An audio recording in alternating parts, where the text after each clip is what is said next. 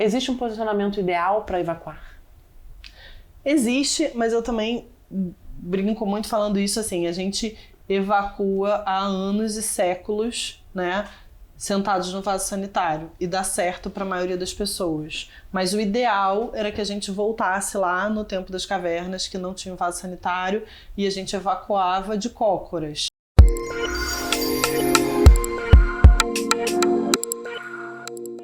Olá, gente! Bem-vindos ao nosso novo episódio do Delas para Elas. Hoje nós estamos com a doutora Clarice Casale, proctologista, minha amiga de 1500 e lá vai bolota, desde acadêmico bolsista do Souza Aguiar. Cadinho de tempo. Na outra encarnação, né? Não, a gente... Lá. Mas nós somos jovens. Hashtag shopping. Se ninguém tá no climatério, né? Imagina. Não, claro que não. Amiga, obrigada por ter vindo. E conta um pouquinho pra mim da sua rotina. Como é que é a sua rotina do consultório? Quais são as queixas mais comuns das mulheres? Da rotina proctológica. Sim. Obrigada pelo convite. Demorou, mas saiu, né? Conseguimos. Eu já desmarquei com ela, já desmarcou comigo. Tá tudo. Mas conseguimos. Vamos falar um pouquinho, então, do que eu vejo muito no consultório. Então, vamos começar falando assim. Acho que muita gente ainda não sabe o que faz o proctologista. Então, proctologista não é igual ao urologista. Então, eu não cuido da próstata, não cuido só de homens. E no consultório, o que eu mais vejo, talvez seja uma surpresa, é a constipação, que é a principal causa que leva as pessoas ao consultório proctológico.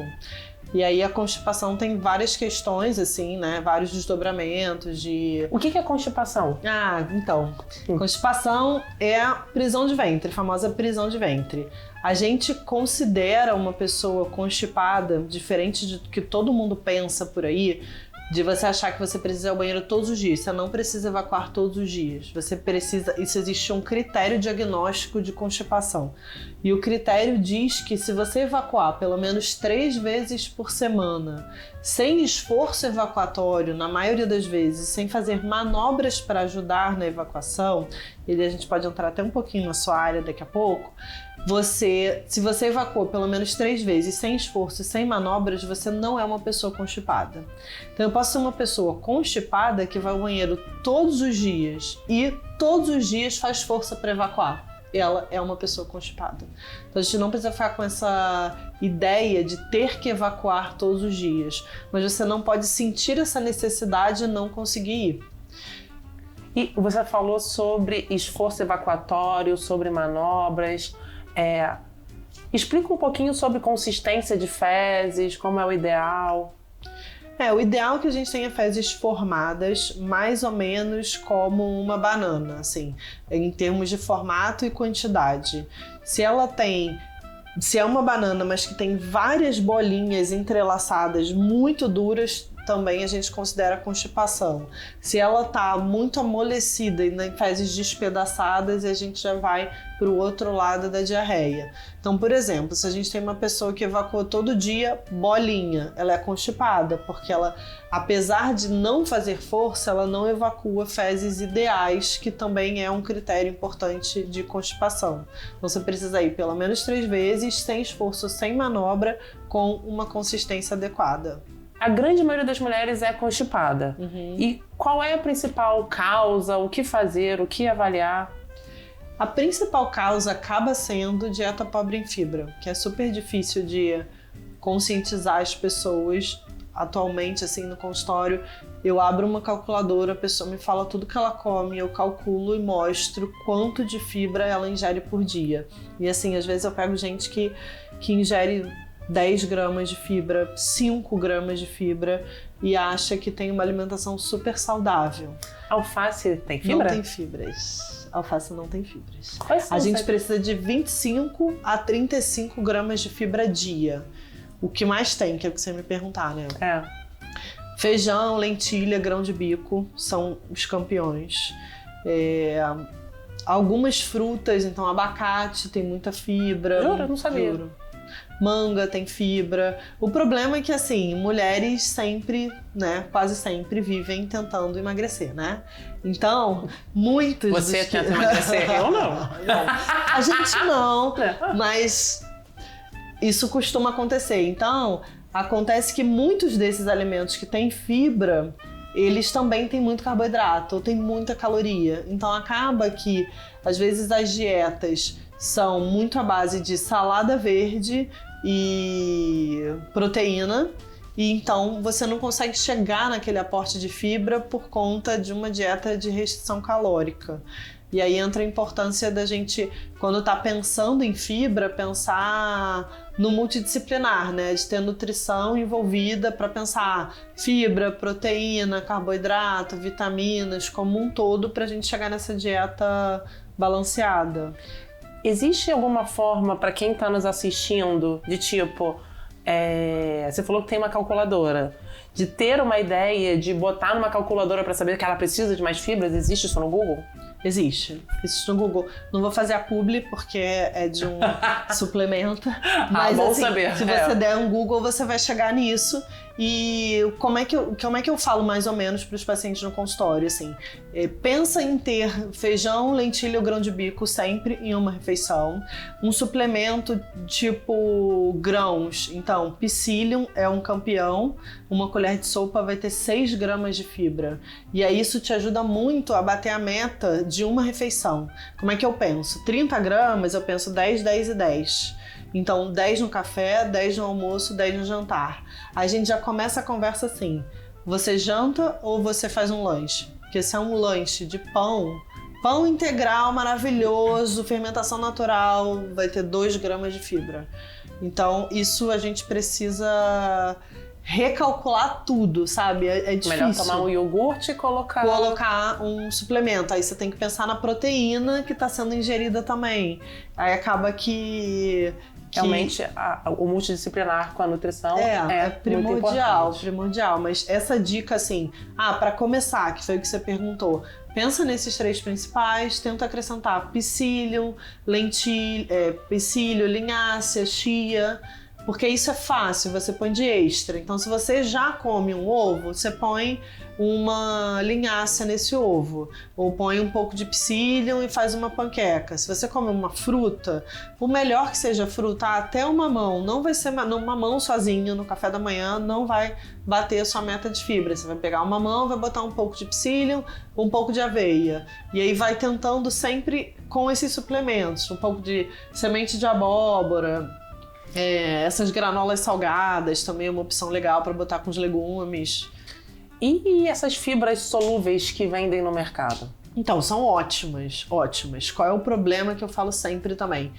Um sachê de fibra tem 5 gramas. Se você come 10, mais um sachê não adianta nada. E se você comer 2, você vai ficar super distendida, estofada, desconfortável. Não vai tolerar 2 sachês de fibra. Por isso que é muito comum a gente ver os pacientes falando assim: eu já testei todos os sachês, não adianta nada, eu não evacuo com eles. Sim. Primeiro que ele não é laxante, então você não vai tomar um sachê e vai evacuar imediatamente, porque as pessoas têm muito essa expectativa. E segundo, que ele pode não fazer nem cosquinha. Quando o problema é muito grande, se você ingere 10, você toma um sachê de 5, você tá com 15. Falta metade, falta tudo. Não adiantou nada. Eu acho um recurso bom quando você vai fazer uma viagem, por exemplo. Isso também é uma dica que eu dou no consultório. Você vai viajar, você acha que a alimentação não vai estar legal, não dá pra você levar psyllium, linhácea, chia, não dá. Leva um sachêzinho. Você tenta no café da manhã ver o que tem lá de legal no hotel, faz um café da manhã legal e leva um sachê que vai complementar uma outra refeição.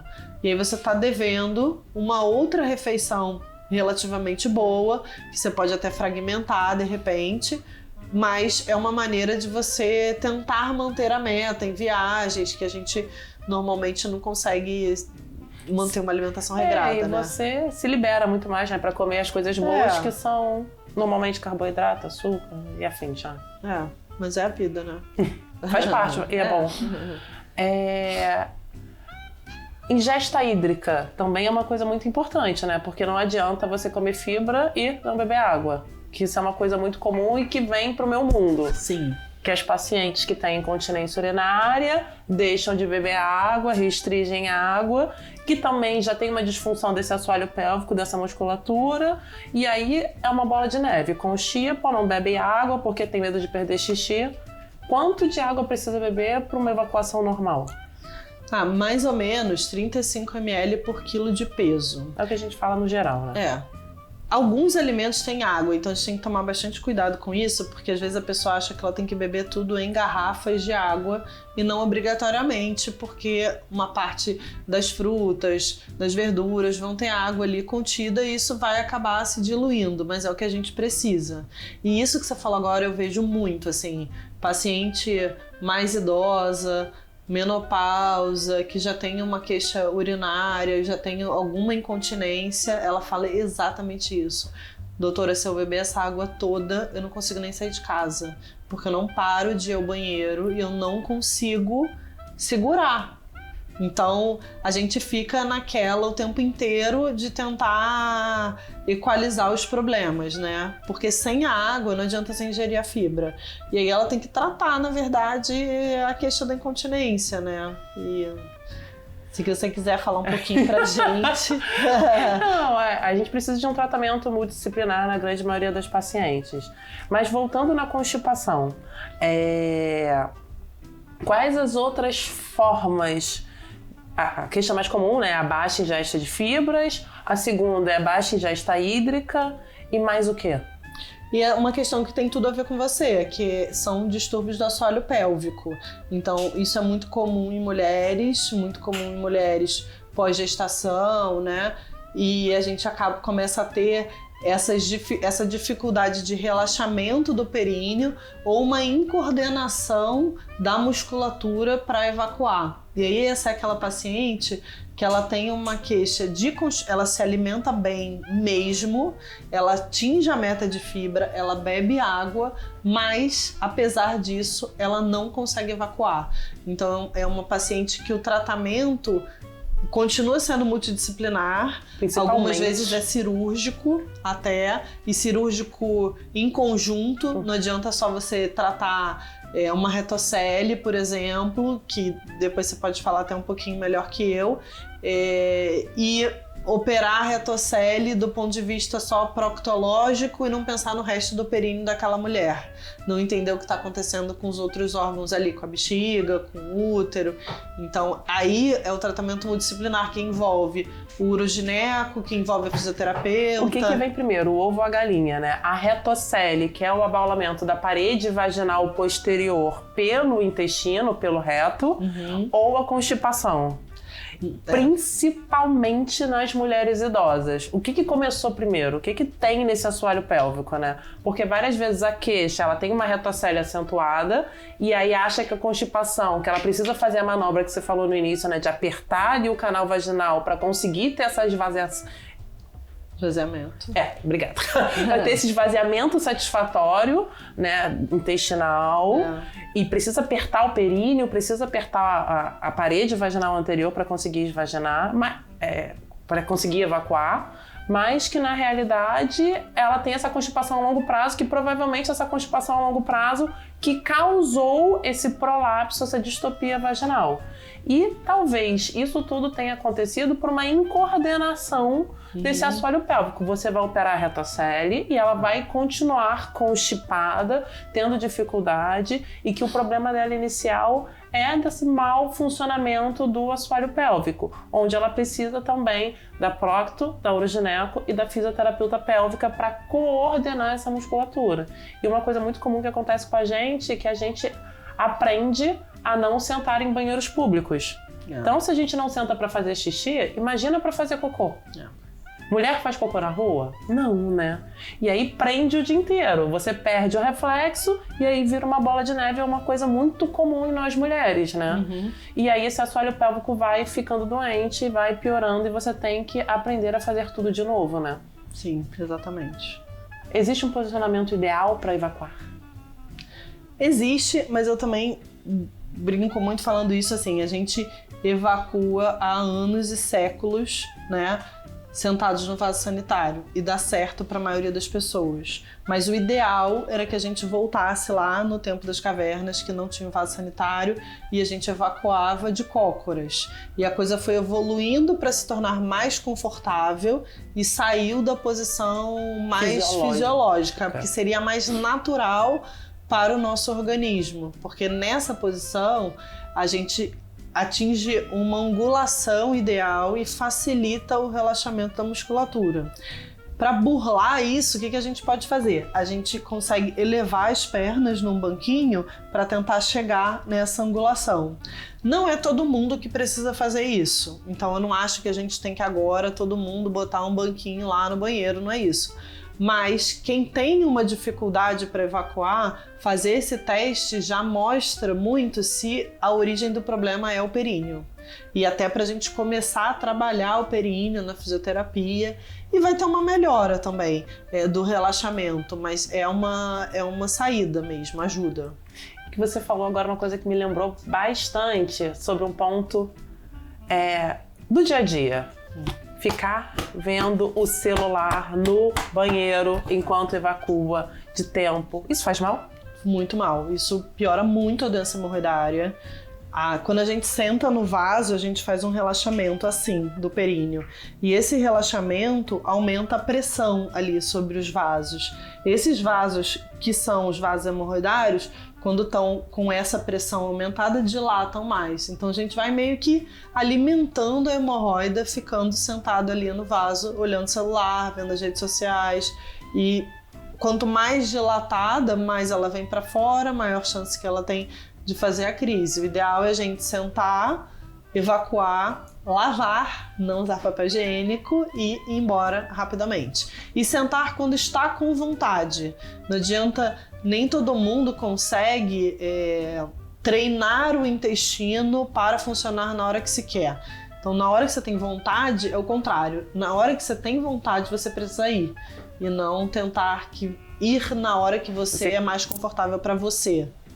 Isso então, é importante. Mulheres, cocôzinho na rua, levem um alquinho, levem um protetor de tampa, deem um jeito porque teve vontade e muitas vezes depois do almoço, depois de um lanche, né, que tem o reflexo gastrocólico, a gente precisa ir porque senão perde o reflexo e aí com vontade.